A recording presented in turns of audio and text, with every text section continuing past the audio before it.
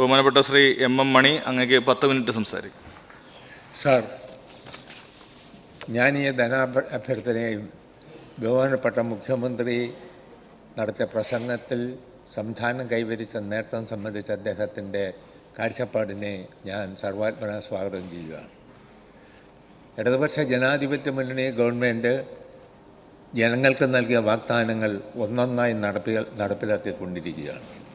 ബഹുമാനപ്പെട്ട മുഖ്യമന്ത്രി ഇവിടെ നടത്തിയ പ്രസംഗം അടിവരയിട്ട് വസ്തുതകൾ നിരത്തിവെച്ച് ഇവിടെ സഭയിൽ അദ്ദേഹം വ്യക്തമാക്കിയിട്ടുണ്ട്. നമുക്ക് കേരളത്തെപ്പറ്റി ഓർക്കുമ്പം കേരളീയരായ നമുക്ക് അഭിമാനിക്കാം. എന്തുകൊണ്ടെന്നാൽ ഇന്ത്യയിൽ ഒരു സംസ്ഥാനവും ഇതുപോലെ പുരോഗതി ആർജിച്ച, ഇതുപോലെ മതസൗഹാർദ്ദതയുള്ള, വർഗീയ ലഹളയില്ലാത്ത, പാടത്ത് പണിയെടുത്ത വരമ്പത്ത് കൂലി കിട്ടുന്ന, ഭൂപരിഷ്കരണ നിയമം നടപ്പിലാക്കിയ, കുടികിടപ്പവകാശം നൽകിയ, 62 ലക്ഷം പേർക്ക് പെൻഷൻ 1600 രൂപ വെച്ച് നൽകുന്ന ഏത് സംസ്ഥാനമുണ്ട് സാർ ഇന്ത്യയിൽ? ഈ കേരളം കൈവരിച്ച നേട്ടം ഇന്ത്യയിൽ എത്ര സംസ്ഥാനം കൈവരിച്ചു? ഇന്ത്യയിൽ പല സംസ്ഥാനങ്ങളിലും പോയിട്ടുള്ളവരാണ് ഇവിടെ ഇരിക്കുന്നത് നമ്മളെല്ലാവരും. ഞാനും മിക്കവാറും സംസ്ഥാനങ്ങളിൽ പോയിട്ടുണ്ട്. മഹാനായ പണ്ഡിറ്റ് ജവഹർലാൽ നെഹ്റുവിൻ്റെ നാടടക്കം UP അടക്കം എത്രയോ സംസ്ഥാനങ്ങളിൽ പോയിട്ടുള്ളവരാണ് നമ്മൾ. ഈ കേരളം കൈവരിച്ച നേട്ടം ഇന്ത്യയിൽ ഏത് സംസ്ഥാനം ഇത്രയധികം നേട്ടം കൈവരിച്ചു? ആ നേട്ടങ്ങൾക്ക് സംഭാവന ചെയ്തത് ഇടതുപക്ഷ ജനാധിപത്യ മുന്നണി ഗവൺമെൻറ്. 57-ലെ EMSൻ്റെ ഒന്നാം EMS ഗവൺമെൻറ്റും രണ്ടാം EMS ഗവൺമെൻറ്റും പിന്നീട് ഇവിടെ അധികാരത്തിൽ വന്ന ഇടതുപക്ഷ ജനാധിപത്യ മുന്നണി ഗവൺമെൻറ്റുകളും ഇപ്പോൾ അധികാരത്തിലിരിക്കുന്ന പിണറായി വിജയൻ നയിക്കുന്ന ഇടതുപക്ഷ ജനാധിപത്യ മുന്നണി ഗവൺമെൻറ്റിൻ്റെ സംഭാവന അതിമഹത്തായ സംഭാവനയാണ് എന്ന കാര്യം ഞാൻ ഈ അവസരത്തിൽ അടിവരയിട്ട് ചൂണ്ടിക്കാണിക്കാൻ ആഗ്രഹിക്കുകയാണ്. 1957-ലെ EMSൻ്റെ ഗവൺമെൻറ് 28 മാസമേ അധികാരത്തിൽ തുടരാൻ കഴിഞ്ഞുള്ളൂ. ഇവിടെ ജനാധിപത്യത്തെപ്പറ്റി വലിയ അപ്പസ്തലന്മാരായി പ്രസംഗിക്കുന്ന ബഹുമാനപ്പെട്ട കോൺഗ്രസിൻ്റെ അന്നത്തെ നേതാക്കന്മാർ, പണ്ഡിറ്റ് ജവഹർലാൽ നെഹ്റുവിൻ്റെ ഗവൺമെൻറ്, ശ്രീമതി ഇന്ദിരാഗാന്ധിയുടെ നേതൃത്വത്തിൽ കോൺഗ്രസ് ഇവിടെ നടത്തിയ വിമോചന സമരവും ആ ഗവൺമെൻറ്റിനെ പിരിച്ചുവിട്ടത് ഈ രാജ്യത്തെ ഇന്ത്യൻ ജനാധിപത്യത്തിനേറ്റ ഏറ്റവും വലിയ ആഘാതമാണ് എന്ന് ഞാൻ ഈ അവസരത്തിൽ ചൂണ്ടിക്കാണിക്കാൻ പോലും. ഈ സംസ്ഥാനത്ത് മാറി മാറി അധികാരത്തിൽ വന്ന ഇടതുപക്ഷ ജനാധിപത്യ മുന്നണി ഗവൺമെൻറ് സാമൂഹ്യ പുരോഗതിക്ക്, കർഷക തൊഴിലാളി പെൻഷന്, കുടികിടപ്പവകാശം നൽകുന്നതിന്, ഭൂപരിഷ്കരണ നിയമം കൊണ്ടുവരുന്നതിന്, ഭൂമിക്ക് പരിധി, കൈവശം വെക്കുന്ന ഭൂമിക്ക് പരിധി നിശ്ചയിച്ചത്, ഇവിടെ ദുർബല ജനവിഭാഗങ്ങൾക്ക് പെൻഷൻ ഏർപ്പെടുത്തിയത് എല്ലാം കേരളത്തിൻ്റെ മഹത്തായ സംഭാവനയാണ്. ഇടതുപക്ഷ ജനാധിപത്യ മുന്നണി ഗവൺമെൻറ്റിൻ്റെ സംഭാവനയാണ്. ഇടതുപക്ഷ ജനാധിപത്യ മുന്നണി ഗവൺമെൻറ് ആധുനിക കേരളം രൂപപ്പെടുത്തുന്നതിൽ വഹിച്ച പങ്ക് മഹത്തായ പങ്കാണ് എന്ന് ഞാൻ വീണ്ടും ചൂണ്ടിക്കാണിക്കാൻ ആഗ്രഹിക്കുക. ഒരു കാര്യമാണ് ഇക്കാര്യത്തിൽ, ഒരു വസ്തുത അംഗീകരിക്കുകയാണ് ഞാൻ. കാരണം ഇടതുപക്ഷ ജനാധിപത്യ മുന്നണിയുടെ ഗവൺമെൻറ് അധികാരത്തിലുള്ളപ്പം ആ ഗവൺമെൻറ്റിൻ്റെ കാഴ്ചപ്പാടനുസരിച്ച് പ്രവർത്തിക്കുന്നു. എന്നും അതിന് വിഘാതമുണ്ടാക്കുകയാണ് കോൺഗ്രസും UDFും ചെയ്തത്. എന്നും അതെ. ഇപ്പം കേന്ദ്രം ഭരിക്കുന്നത് BJPയുടെ ഗവൺമെൻറ്റാണ്. ബഹുമാനപ്പെട്ട നരേന്ദ്രമോദിയുടെ നേതൃത്വത്തിലുള്ള ഗവൺമെൻറ്റാണ് ഭരിക്കുന്നത്. പണ്ട് കോൺഗ്രസിൻ്റെ ഗവൺമെൻറ്റാണ്.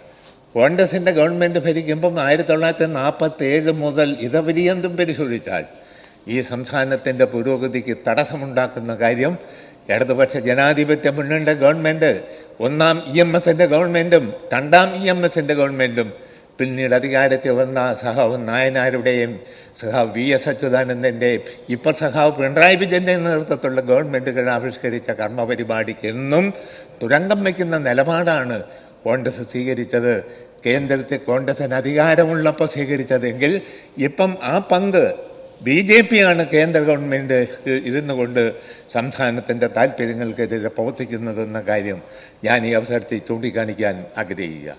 BJPയുടെ വഞ്ചനയും അവഗണനയും നേരിട്ടുകൊണ്ട് സംസ്ഥാനത്ത് ഇടതുപക്ഷ ജനാധിപത്യ മുന്നണി ഗവൺമെൻറ് നടപ്പിലാക്കാൻ ഉദ്ദേശിക്കുന്ന കർമ്മ പരിപാടിയാണ് ബഹുമാനപ്പെട്ട മുഖ്യമന്ത്രി ഇവിടെ എടുത്തു കാണിച്ചതും അദ്ദേഹത്തിൻ്റെ പ്രസംഗത്തിൽ ചൂണ്ടിക്കാണിച്ചത്. അതിനെ ഞാൻ സർവാത്മന സ്വാഗതം ചെയ്യുകയാണ്. നമ്മളെല്ലാം ഇന്ത്യയിൽ പല സംസ്ഥാനങ്ങളിലും പോയിട്ടുള്ളവരാണ്. നിങ്ങളും അത് ഇവിടെ ഇരിക്കുന്ന എൻ്റെ സുഹൃത്തുക്കൾ പ്രതിപക്ഷത്തുള്ള MLA-മാരും പോയിട്ടുള്ളതാണ്. പ്രിയപ്പെട്ടവരെ, ഈ കേരളം കൈവരിച്ച നേട്ടം ഏത് സംസ്ഥാനം കൈവരിച്ചു എന്ന് നെഞ്ചിൽ കൈവച്ച് ചോദിച്ചാൽ കേരളീയരായ നമുക്ക് നിശ്ചയമായും അഭിമാനിക്കാനുള്ള വകയുണ്ട് എന്ന് ഞാൻ ഈ അവസരത്തിൽ ചൂണ്ടിക്കാണിക്കാൻ ആഗ്രഹിക്കുക. ഈ പുരോഗതി നെഹ്റുവിൻ്റെ നാടായ UP-യിൽ പോലും ഇല്ല. പ്രിയമുള്ളവരെ, ഗുജറാത്തിൽ എന്തൊക്കെയാണ് നടന്നെന്ന് നമുക്കറിയാവുന്ന ഇന്നത്തെ പ്രധാനമന്ത്രിയുടെ നാടാണ്. അവിടെ നടന്ന മനുഷ്യ കശാപ്പെല്ലാം നമ്മൾ കണ്ടതാണ്, മനസ്സിലാക്കിയത്. അത് വെച്ച് നോക്കുമ്പം ഈ കേരളം നമ്മുടെ തൊട്ടടുത്ത തമിഴ്നാടോ കർണാടകയോ ആന്ധ്രയോ അങ്ങ് പരിശോധിക്കുക, UP-യും മധ്യപ്രദേശും എല്ലാം പരിശോധിച്ചുള്ളൂ. ഈ കേരളം വേറിട്ടാണ്. ആ കേരളീയരായ നമ്മൾ ഇവിടെ ജീവിതം കരുപ്പിടിപ്പിക്കുന്നതിൽ അതിൽ ഇടതുപക്ഷ ജനാധിപത്യ മുന്നണിയുടെ ഗവൺമെൻറ്, കമ്മ്യൂണിസ്റ്റ് പ്രസ്ഥാനത്തിൻ്റെ ഗവൺമെൻറ്, LDF-ൻ്റെ ഗവൺമെൻറ് മഹത്തായ സംഭാവന ചെയ്തു. ഞങ്ങൾ ഉള്ളതുകൊണ്ട്, ഞങ്ങൾ ഈ സംഭാവന ചെയ്യുന്നത് കൊണ്ട് നിങ്ങൾക്കും UDF-നും എന്തെങ്കിലും ചെയ്യാതെ പോകാനാവില്ല. ആ അവസ്ഥ കേരളത്തിലുണ്ട് എന്ന കാര്യം ഞാൻ ഈ അവസരത്തിൽ ചൂണ്ടിക്കാണിക്കാൻ ആഗ്രഹിക്കുക. അതുകൊണ്ട് സ്വാതന്ത്ര്യത്തിന് ശേഷം കേരളത്തിൽ കോൺഗ്രസിൻ്റെ ഗവൺമെൻറ് ഒന്നും ചെയ്തില്ലെന്നൊന്നും അഭിപ്രായം എനിക്കില്ല. കാരണം എന്തെങ്കിലും ചെയ്യാതെ നിങ്ങൾക്ക് പോകാനാവില്ല. കാരണം ഞങ്ങളിങ്ങനെ നിൽക്കുന്നതുകൊണ്ട് തന്നെയാണ്. 57-ൽ EMS-ൻ്റെ ഗവൺമെൻറ് മുതൽ അധികാരത്തിൽ വന്ന ഗവൺമെൻറ്, പിൽക്കാലത്ത് നായനാരുടെയും സഖാവ് VS-ൻ്റെയും ഇപ്പോൾ സഖാവ് പിണറായി വിജയൻ്റെയും നേതൃത്വത്തിലുള്ള ഗവൺമെൻറ് ഇവിടെ പ്രവർത്തിക്കുന്നിടത്തോളം കാലം നിങ്ങൾക്ക് ഇടയ്ക്ക് അധികാരത്തിൽ വന്നാൽ നിങ്ങൾ എന്തെങ്കിലും ചെയ്തില്ലേ നിങ്ങൾക്കിവിടെ നിന്ന് പിഴയ്ക്കാനാവില്ല. രാഷ്ട്രീയമായി തിരിച്ചടി നേരിടുമെന്നതുകൊണ്ട് നിങ്ങൾ ചിലതെല്ലാം ചെയ്യാൻ നിർബന്ധിതമായി എന്ന കാര്യവും ഞാൻ ഈ അവസരത്തിൽ അംഗീകരിക്കുകയാണ്. അതൊന്നും ഞാൻ നിഷേധിക്കുന്നില്ല. കാരണം ഒന്നും ചെയ്യാതെ നിങ്ങൾക്ക് പോകാനാവില്ല. കാരണം ഞങ്ങളിങ്ങനെ നിൽക്കുന്നത് കൊണ്ട് തന്നെയാണ്. അതിന്നും നാളെയും ഇത് പ്രസക്തമാണ്. ഇടതുപക്ഷ ജനാധിപത്യ മുന്നണി ശക്തമായി തുടരുന്നിടത്തോളം കാലം, ഇത് നിലനിൽക്കുന്നിടത്തോളം കാലം ഐക്യ ജനാധിപത്യ മുന്നണിക്കും കോൺഗ്രസിനും ഏതെങ്കിലും ഒരു സാഹചര്യത്തിൽ അധികാരത്തിൽ വന്നാൽ നിങ്ങൾക്ക് എന്തെങ്കിലും ചെയ്യാതെ പോകാനാവില്ല. അത്തരം ഒരു സാമൂഹ്യ അന്തരീക്ഷം ഇവിടെ കമ്മ്യൂണിസ്റ്റ് പ്രസ്ഥാനം, ഇടതുപക്ഷ ജനാധിപത്യ മുന്നണിയും അതിൻ്റെ മഹാന്മാരായ നേതാക്കന്മാർ, മഹാനായ EMS-ൻ്റെ ഗവൺമെൻറ് അടക്കമുള്ള ഗവൺമെൻറ്റുകൾ ഇവിടെ പ്രാവർത്തികമാക്കിയിട്ടുണ്ട് എന്ന കാര്യം അഭിമാനബോധത്തോടു കൂടി പറയാൻ ഞാൻ ഈ അവസരം വിനിയോഗിക്കുക. ഇവിടെ വർഗീയ ലഹളയില്ല, വർഗീയ അസ്വസ്ഥതയില്ല. നിങ്ങൾ ഭരിക്കുമ്പോഴാണ് വർഗീയ അസ്വസ്ഥത ഉണ്ടായിരിക്കുന്നത്. ഞങ്ങൾ ഭരിക്കുമ്പം വർഗീയ അസ്വസ്ഥതയില്ല. അത് നിസ്സാരമായ കാര്യമല്ല. ചുമ്മാ ആവശ്യമില്ലാത്ത ഇടപെടൽ നടത്തണ്ട. ഞാൻ അതിനകത്തൊന്നും വഴങ്ങുകയല്ല. എനിക്ക് പറയാനുള്ളത് തീർത്ത് പറഞ്ഞിട്ട് ഞാൻ നിർത്തിവെച്ച് പൊക്കോളാം. ചുമ്മാ എൻ്റെ അവസരം എന്തിനു കയറി ഇടപെടണം? ഞാൻ അതിനൊന്നും വഴങ്ങില്ലെന്ന് നിങ്ങൾക്ക് അറിയാൻ മേലെ. അതുകൊണ്ട് എൻ്റെ അവസരം എനിക്ക് തരണം. ഞാൻ വസ്തുതാപരമായി മാത്രമേ പറയുക. അതുകൊണ്ട് നിങ്ങളിപ്പം നാളെ UDF ഇനി ഒരിക്കൽ അധികാരത്തിൽ വന്നാൽ എന്തെങ്കിലും ചെയ്യാതെ നിങ്ങൾക്കും പോകാൻ പറ്റുകയില്ല. കാരണം എന്തുകൊണ്ടെന്നാൽ ഞങ്ങൾ അത്തരം ഒരു അന്തരീക്ഷം ഇവിടെ സൃഷ്ടിച്ചിട്ടുണ്ട്. 57 മുതൽ കേരളത്തിൻ്റെ രാഷ്ട്രീയ ചരിത്രമാണ്. ഇവിടെ വർഗീയതകൾ നടക്കാത്തതിന് ഞാൻ പറയാം, നിങ്ങൾ അധികാരത്തിൽ ഇരിക്കുമ്പോൾ ചില വർഗീയ സ്വത്തതയൊക്കെ ഉണ്ടാക്കിയിട്ടുണ്ട്, മാറാട് സംഭവങ്ങളെല്ലാം. പക്ഷേ ഞങ്ങൾ അധികാരത്തിലിരിക്കുമ്പോഴും ഒരിക്കലും വർഗീയ ശക്തികൾ തലപോക്കുകയില്ല. ഒരിക്കലും ഞങ്ങൾ അനുവദിച്ചിട്ടില്ല എന്ന കാര്യം ഞാൻ ഈ അവസരത്തിൽ ചൂണ്ടിക്കാണിക്കാൻ ആഗ്രഹിക്കുക. അതുകൊണ്ട് ഇടതുപക്ഷ ജനാധിപത്യ മുന്നണി ഗവൺമെൻറ് കർമ്മപരിപാടിയാണ് ബഹുമാനപ്പെട്ട മുഖ്യമന്ത്രി ഇവിടെ അവതരിപ്പിച്ചത്. ഈ സംസ്ഥാനത്ത് ഞാൻ വഴങ്ങുന്നില്ല. ചുമ്മാ എൻ്റെ സമയം നിങ്ങൾ അപകരിക്കുന്ന. അതുകൊണ്ട് ഇവിടെ മുഖ്യമന്ത്രി നടത്തിയ പ്രസംഗം നിസ്സാര കാര്യമല്ല. ഈ സംസ്ഥാനത്ത് നടപ്പിലാക്കാൻ പോകുന്ന കാര്യങ്ങൾ വ്യക്തമായി അദ്ദേഹം ഇവിടെ പ്രതിപാദിച്ചിട്ടുണ്ട്. അതിനെ ഞാൻ സർവാത്മന സ്വാഗതം ചെയ്യുന്നു. ഈ ബഡ്ജറ്റ് ഈ സംസ്ഥാനത്തിൻ്റെ സർവ്വതോന്മുഖമായ പുരോഗതിക്ക് വലിയ പങ്കുവഹിക്കും എന്ന് ഞാൻ ഈ അവസരത്തിൽ കരുതുക. അതുകൊണ്ട് ഇടതുപക്ഷ ജനാധിപത്യ മുന്നണി ഗവൺമെൻറ് അതിൻ്റെ കാലാവധി പൂർത്തിയാക്കുന്നത് വരെ ക്ഷേമ പ്രവർത്തനങ്ങളുമായി മുന്നോട്ട് പോകും. ഒരു കാര്യം വളരെ വ്യക്തമാണ്. അപ്പുറത്തിരിക്കുന്ന എൻ്റെ സ്നേഹിതന്മാർ, കോൺഗ്രസ് നേതാക്കന്മാർ, UDF നേതാക്കന്മാർ മനസ്സിലാക്കണം. നമ്മൾ ഈ കേരളത്തിലാണ്, സമാധാനമായ അന്തരീക്ഷമുണ്ട്. അസമാധാനം ഒന്നും ഉണ്ടാക്കാൻ ഞങ്ങൾ നോക്കുന്നില്ല. എല്ലാവരും ഐക്യത്തോടു കൂടി നല്ല പുരോഗതി ഉണ്ടാക്കാനാണ് ആഗ്രഹിക്കുക. അതിന് തടസ്സമുണ്ടാക്കേണ്ട.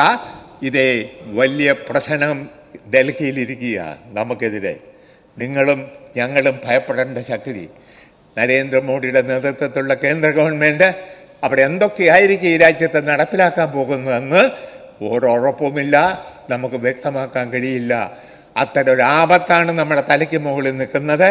അതിനെ നേരിടുന്നതിനുള്ള കാര്യത്തെപ്പറ്റി ആലോചിക്കുന്നതിന് വേണ്ടി ഈ ചെറിയ കേരളത്തിൽ കിടന്ന് ഞങ്ങൾ ഭരിക്കുമ്പോൾ അതും നല്ല കാര്യങ്ങൾ ചെയ്തുകൊണ്ടിരിക്കുന്ന ഞങ്ങളുടെ ഗവൺമെൻറ്റിനെതിരെ ഉപജാപം നടത്താതെ നിങ്ങൾ കോൺഗ്രസ് അഖിലേന്ത്യാ തോതിൽ രാഹുൽ ഗാന്ധിയോ സോണിയാഗാന്ധിയോ നേതൃത്വം കൊടുക്കുന്നില്ല. ഇന്നത്തെ സാഹചര്യത്തിലുണ്ടല്ലോ, ഞങ്ങളതിനെയൊന്നും നിഷേധിക്കുന്നില്ല. കാരണം ഇന്നിപ്പോൾ എല്ലാവരും കൂടി ഇതിനെ നേരിടുകയല്ല, വേറെ പോകാൻ വഴിയൊന്നും നമ്മുടെ മുമ്പിലില്ല. അതിന് ഇട്ടായാലും മറ്റുള്ള ഈ കൊച്ചു കേരളത്തിൽ കിടന്ന് നമ്മൾ കുസ്തി പിടിച്ചിട്ട് വലിയ കാര്യമില്ല. ഞങ്ങളെ നിങ്ങളിപ്പോൾ അംഗീകരിക്കുകയല്ലാതെ ഉൾക്കൊള്ളുകയല്ലാതെ വേറെ യാതൊരു പോംവഴിയുമില്ല. ഞങ്ങൾ കാലാവധി തുടർഭരണം കിട്ടിയിരിക്കുന്നു. ഈ കാലാവധി പൂർത്തിയാക്കാൻ വീണ്ടും തുടർഭരണം കിട്ടും. അതിനുള്ള കർമ്മ പരിപാടി ഇടതുപക്ഷ ജനാധിപത്യ മുന്നണി ഗവൺമെൻറ് ആവിഷ്കരിക്കുമെന്ന കാര്യം ഞാൻ ഈ അവസരത്തിൽ വ്യക്തമാക്കിക്കൊണ്ട്, ഞാൻ ഈ ബഡ്ജറ്റിനെ സർവാത്മന ഒരിക്കൽ കൂടി പിന്താങ്ങിക്കൊണ്ട് എൻ്റെ വാക്കുകൾ അവസാനിപ്പിക്കുന്നു. നന്ദി, നമസ്കാരം.